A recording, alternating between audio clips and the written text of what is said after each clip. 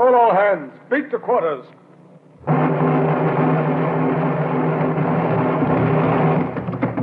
Run out the guns. Stand by the starboard battery. One broadside into it, if you please, Captain Bush.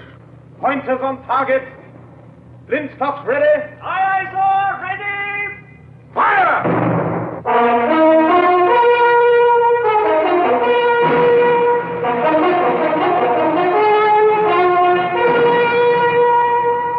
Presenting Michael Redgrave as C.S. Forrester's indomitable man of the sea, Horatio Hornblower.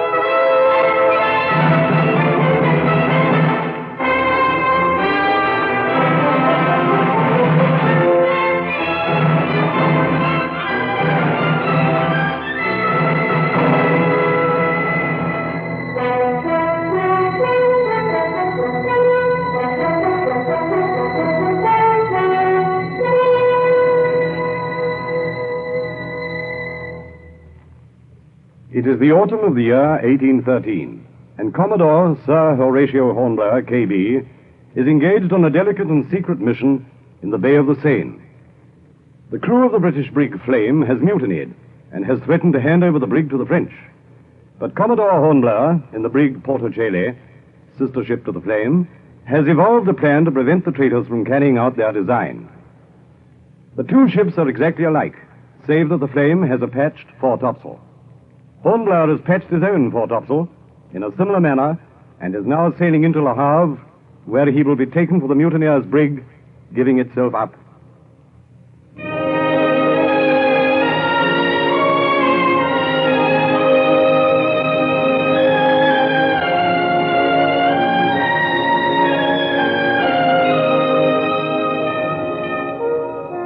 In my somewhat dull retirement, I often live again the details of my active career. But no single episode of that career stands out more vividly than that dusky autumn evening when I stood on the deck beside Captain Freeman and sailed into the enemy's stronghold. The patched foretopsail had been bent on, the name Porto-Cele painted out, and the name Flame substituted. I forced myself to remain calm and apparently unmoved. But Freeman, beside me, had given up all pretense and was as excited as a schoolboy. There's the harbour, sir. And there's that French West Indiaman we saw go in this morning. Well, there's a lighter beside her. Of course, they wouldn't unload her at the quay. They'd put her cargo into lighters and send them upriver to Rouen and Paris. At the moment, I'm more interested in the town's defenses than the shipping. There are the forts of Adresse and Tourneville on that steep cliff. The twin lighthouses on Cap de la Heve, and the batteries there on that low ground beside the jetty. The batteries are going to be our greatest danger. I don't expect the forts to find out what's going on in time to open fire. I don't see why anyone should find out, sir. The ship's disguised, and we've got plain pea jackets over our uniforms. Oh, look, sir, look. There's a lot of shipping further in. Well, might even be ships of the line. They haven't got their yards crossed. Well, I've never been in as close as this before. It'll be dark soon. I hope the weather doesn't clear anymore. It's just light enough to find our way in, and it'll be dark enough to cover us as we come out. Sail on the lee, sir.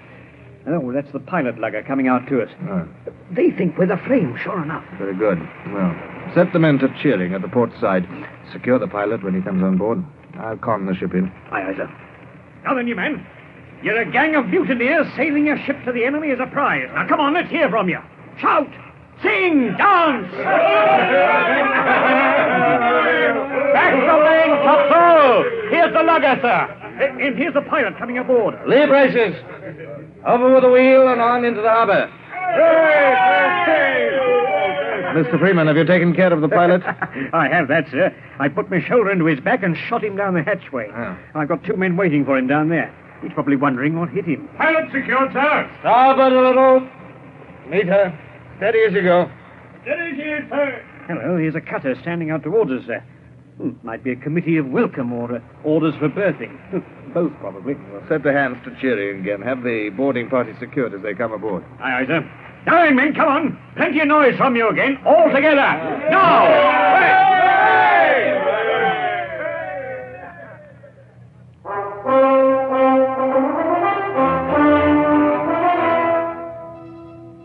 We were nearing the big Indiaman now.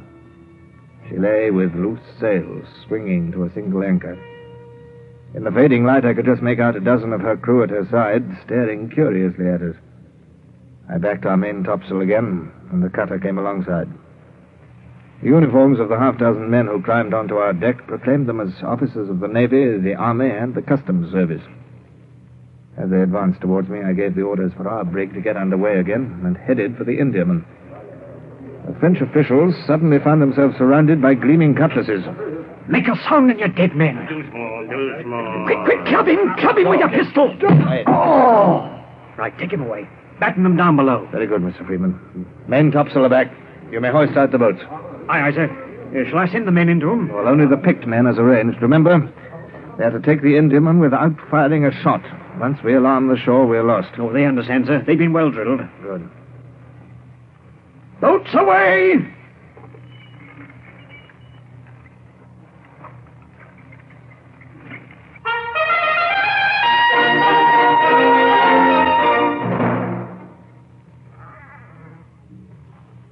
Here are the boats coming back, sir. Well, the men they've put aboard must have done their job. Excellent. There was hardly a sound, save for that one cry, and I doubt if they'd have heard that ashore. It's too dark now to see what's going on. Listen, sir, listen. There's someone cutting a cable. Yes, look. Look at the sails against the sky. They're changing shape. The men are sheeting them home.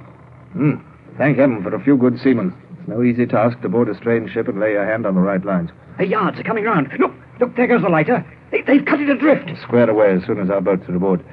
The Indiaman will follow us out. The boarding party have their orders. Starboard braces! A wheel there! Hard over! Meter! We're away, sir. And look, here comes the Indiaman, too.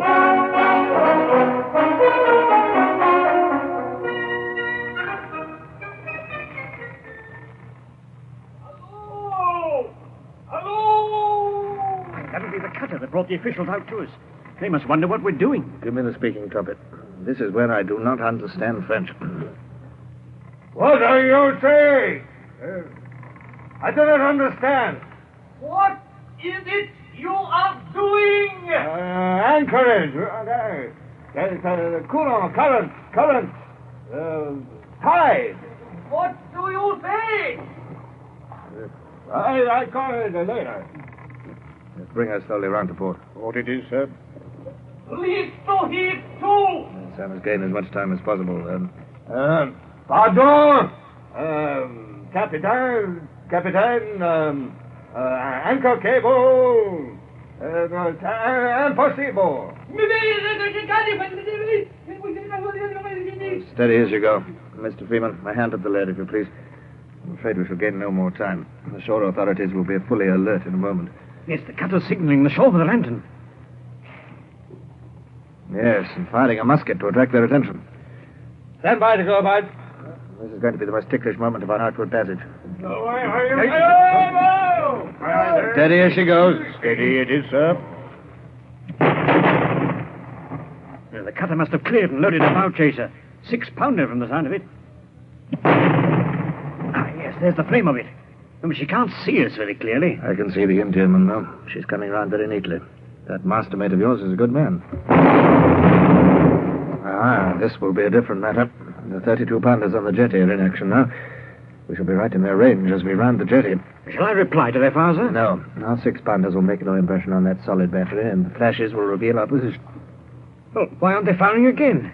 Well, they've had time for several salvos. I imagine Bonaparte has stripped his shore defenses of seasoned gunners for his army in Germany. These gunners are probably untrained recruits, and working in the dark is making them unhandier than ever. Look out, sir! Vessel dead ahead! Wheel there. Stay steady.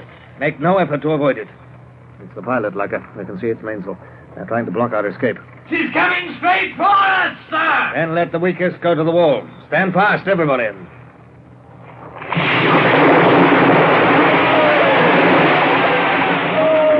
at her! Look at her! Her bows are smashed like an eggshell! The water's pouring into her! That was closer. They fired at the noise. By the mark, 8. We're getting into deeper water. Lay her on the other tack, if you please, Mr. Freeman.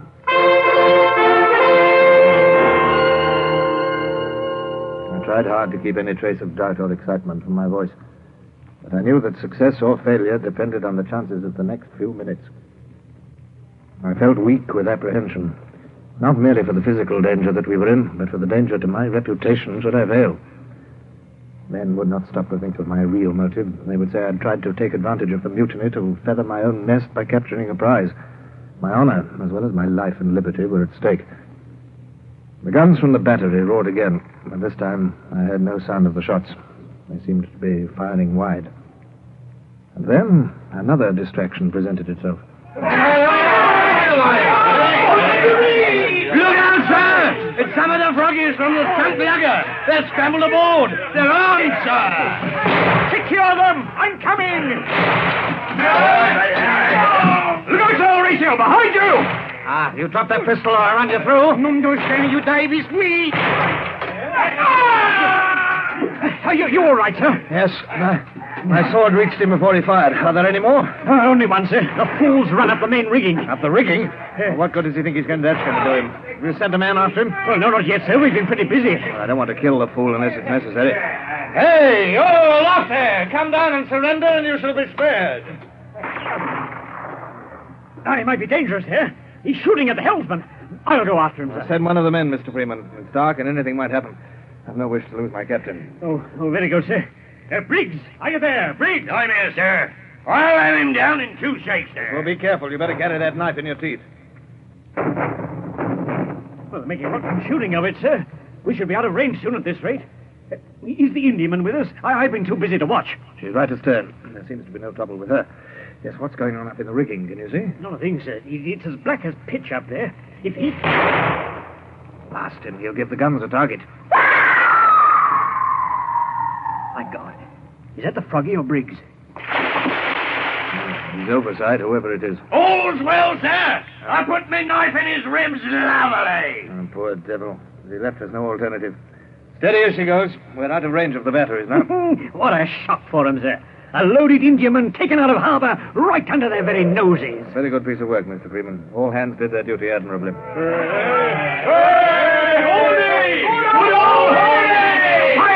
Silence! I'll flog any man who's disrespectful to the Commodore. Leave them alone, Mr. Freeman. They mean well and they're excited. It sounds as though our prize crew on the Indiaman share their feelings. And they've reason to. All hands will get a nice share of prize money, and there ought to be at least £1,000 in it for you, sir. Yes, I shall go below, Mr. Freeman. Well, that will do, man. Mr. Freeman, please be good enough to issue grog to all hands.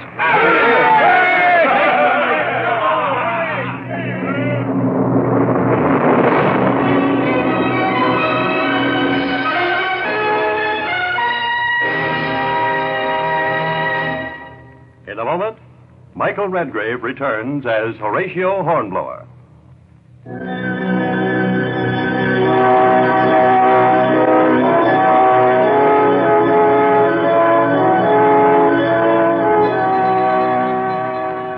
following morning dawned fairly clear, but with slight patches of mist and the wind backing south by west.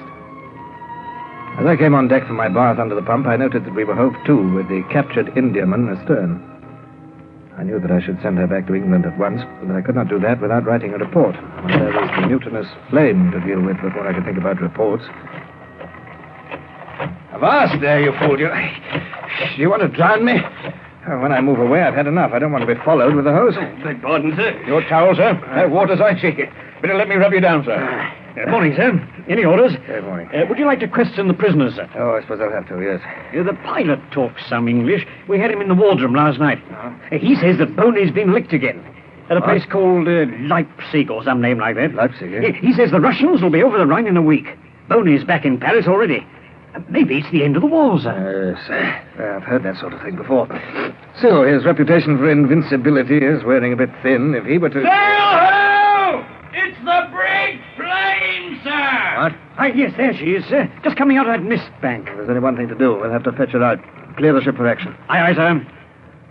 News must have got around on shore now that the brig with the patched sail is playing a double game, and they'll be watching for another move. If we delay, the mutineers might get in touch with the shore again and explain. Yes, or if they see from the shore there's 2 brigs with patched sails, they may guess what's been done. Yes, quite so. We'll see that the men have some breakfast first, and it will be best if the guns will not run out yet. Aye, very good, sir.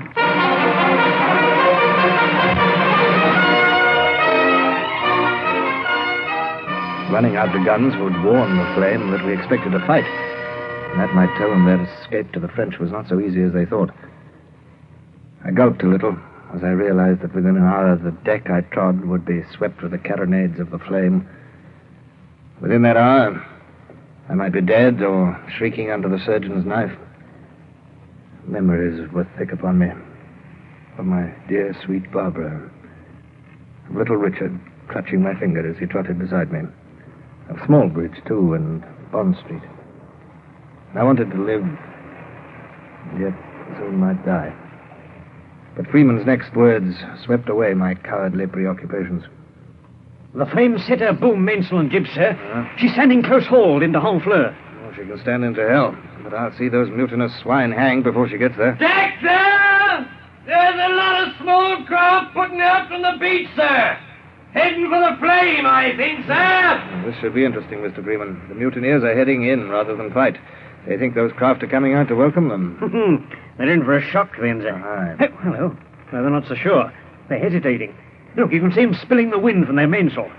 Probably an argument going on aboard between those who only want to keep out of our range and those who want to go over to the French. Oh, that argument will be soon resolved. Those craft are gunboats, and that lugger's full of men. Aye, that's the flame. A warning shot to make the frogs keep their distance. Look, sir, look. Look, the flames realize the craft are hostile. She's wearing round. Too late. They're closing in on her and opening fire. Look, sir, look. Look, the men from the lugger are boarding the flame. They'll take her. We'll run the guns out quickly. At least we shall fight against Frenchmen and not Englishmen. Gunners, listen to me. They're going in among those gunboats, and they must be sunk. Aim true at the base of their masts, and don't fire until you're sure you can hit. Yes, what is it, Brown? Your pistol, sir. Loaded and primed with new caps. I'll stick them in your belt, sir. Thank you, Brown. Luff a little. Steady. Those gunboats are coming between us and the flame. Well, I suppose they're trying to keep us off until the lugger's overpowered the crew. Hands to the sheets. We'll go between them, just there. Stand to your guns, men. Now, hard down with the wheel. There's one through our deck. Those gunboats are so low they can fire up through our sides. 24-pounders, too. Ready about. Hard over. Carronades. Fire!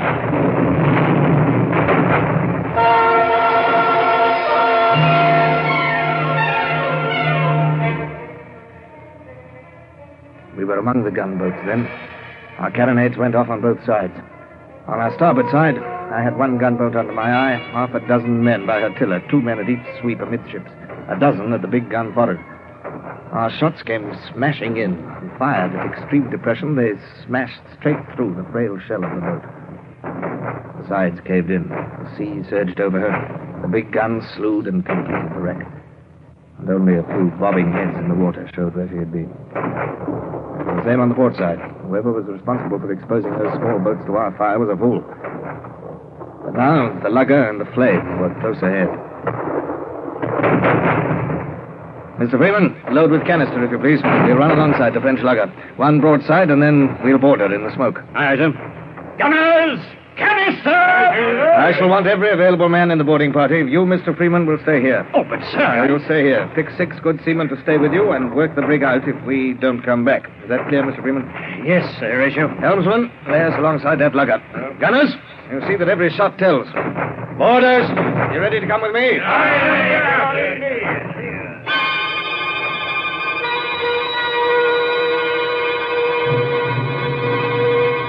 As we drew rapidly towards the lugger, there was still time to realize with surprise that I, who was a coward and afraid of shadows, was most oddly determined to conquer or die.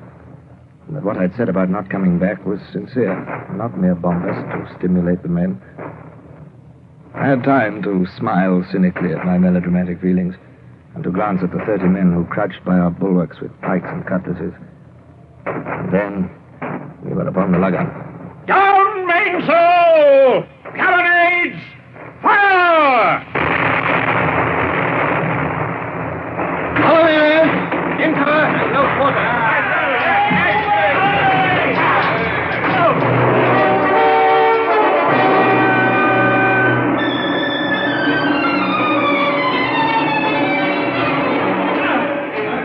figure brandishing a cutlass had leaped past me on the lugger. It was Brown. I saw him striking left and right, and then I was beside him in the struggling, slashing mass. I stumbled over a pile of dead and wounded men who had been caught in the blast of shot from our brig. That stumble saved my life, for a blade snicked past my head as I pitched. An upward thrust as I recovered disposed of my attacker, and I fired the pistol in my left hand at a blue uniformed figure which loomed through the smoke at me. But now, the wind blew the smoke clear. Fighting around me ebbed away, and I could see again. Our master's mate was running down the tricolor from the masthead. On the starboard side was the Flame. I could see French infantry shakos over her bulwarks. A second wave of boarders came pouring in from the Portacelli. Come on, men! Aboard the Flame before they can organize a defense.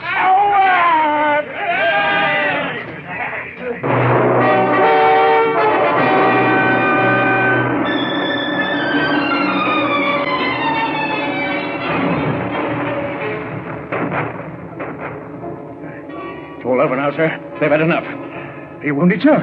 No, Brown. Help me up. This fellow's heavy. He's right on top of me. Hey! Yes, thank you. Well, Brown, what's the situation? Sir, some of them are hiding below, sir. We'll have him out presently.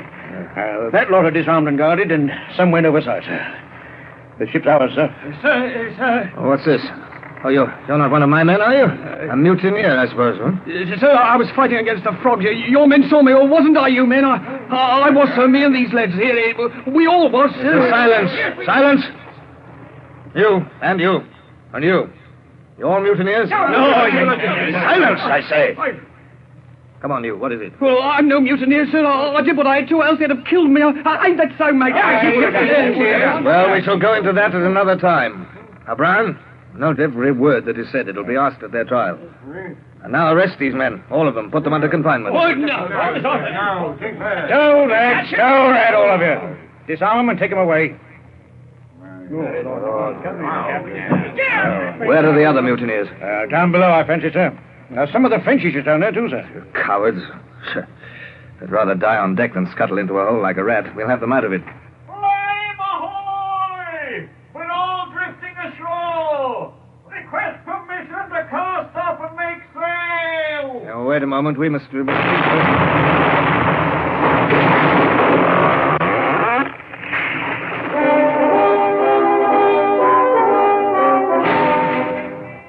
The remaining gunboats. I'd forgotten them in the heat of the battle. But now I saw the two of them anchored a couple of cables' lengths away in shoal water. The Flame, the lugger, and the Portacelli, all locked together, met a huge target. Another shot crashed into us, and then another. The 24-pound balls were smashing through the whole frail length of the brig, tearing their way through the cowering mutineers and French below decks. Haste was essential if we were not to be sunk where we lay. Down, get those hatches battened down. Put a sentry over each. Mr. Gibbons? Secure your hatches. Get ready to make sail. Aye, sir. What topmen are there? Man the halyards, put a man on the wheel. Very well, Mr. Freeman. Cast off and make sail. Rendezvous at the Indiaman. Now, lively now. Hoist away at that sail. Wheel there, hard to starboard. There goes the Portacelli, sir. And the prize crew's working the lugger away. We'll all be out of range of the gunboats in a minute. Well, thank heaven the wind is offshore. Hello? What's all that going on overside? Come, sir, it's the prisoners. Mutineers and froggies. They're scrambling out through the shuttles and jumping overside. Now, let them go. Half will be drowned, and the mutineers who are saved will get no mercy from the French after this. Wait a minute. Where's the ringleader? Where's Nathaniel Sweet? He must not escape. He must be brought to trial or killed. He was below, sir. Look, ain't that him, sir? Over there. Where? Swimming. Yeah, there. You can see his long white hair. Nathaniel Sweet! I call upon you to surrender and stand your trial. He's just laughing, the swine. Hey, you! Sir? You on sentry at the hatch. Pick me off that white-haired swimmer with your musket. Aye, sir. Look at the splash. Not within 10 yards. Yeah, give me the musket. Reload quick, or the villain will escape. I'll have him if I have to jump over and swim to him. Here's another musket, sir. Thank you. Lummy, I wish I was a good shot myself. I'll give it to me. Got him, sir. Got him. He won't lead no more mutineers. Where is he? Go on, sir. No, there he is. Look, just see his hair trailing. There. Now he's gone. Yeah. It's a horrible thing to have to do. There was no alternative. You will bear witness, Brown, that I called on him to surrender. Bless you, sir. It's a waste of breath. He's better off, too. He'd only hang if he was took.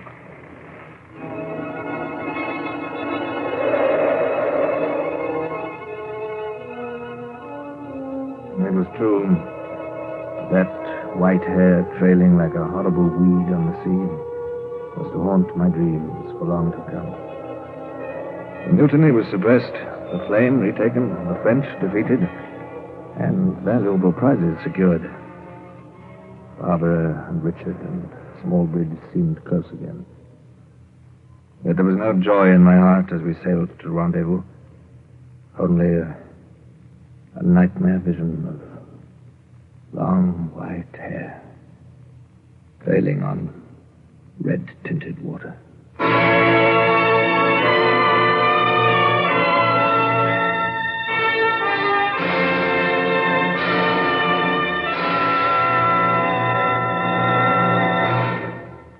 Horatio Hornblower, starring Michael Redgrave, is based on the novels of C.S. Forester. Music composed and conducted by Sidney Torch. Produced by Harry Allen Towers.